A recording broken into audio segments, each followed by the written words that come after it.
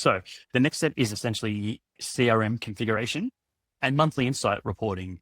So most companies have a CRM. Most companies have some sort of monthly report. It's extraordinarily rare. You'd be very surprised. Even the most professional companies have terrible reporting that has the executives making the exact wrong decisions, not because of poor decision making, it's just because of poor inputs to what they're being told, poor data.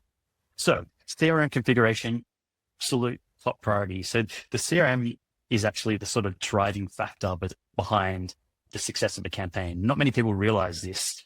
Creating beautiful looking ads, it's quite commodified, to be honest. Like anyone can roll into Canva, set up their colors and create good looking ads. The algorithm does a lot of the hard work for you. In terms of advertising, it's almost like a commodified skill set. But putting the ads in front of the exact right people at the exact right time is largely a factor of what data you have in your CRM. So if you have data that shows the prospects that have just hit the proposal stage, you can start showing them a certain type of content. Or if you have data that shows the absolute best customers, say the 500 best customers that have ever come into your business, you can tell Meta or LinkedIn to start bringing in more people that are exactly like that. If you log sales notes and emails and things like that, you can start understanding the language patterns of your absolute best customers. And then you can start mirroring that back to them in your content and your ads. So your data is one of the biggest differentiators of a B2B company. And you'd be surprised at how many companies haven't realized this, or it's quite common for B2B salespeople to just be a bit lazy, not wanting to update CRM, couldn't be bothered, got a million other things to do, not realizing that one of the biggest differentiators in a B2B company right now is the data in their CRM.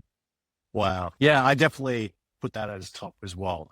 We call it the gold mine. If someone's exchanged money with you, it's a gold mine, right? And they're willing to spend more money over and over again. And I'm glad that you guys have that as a core.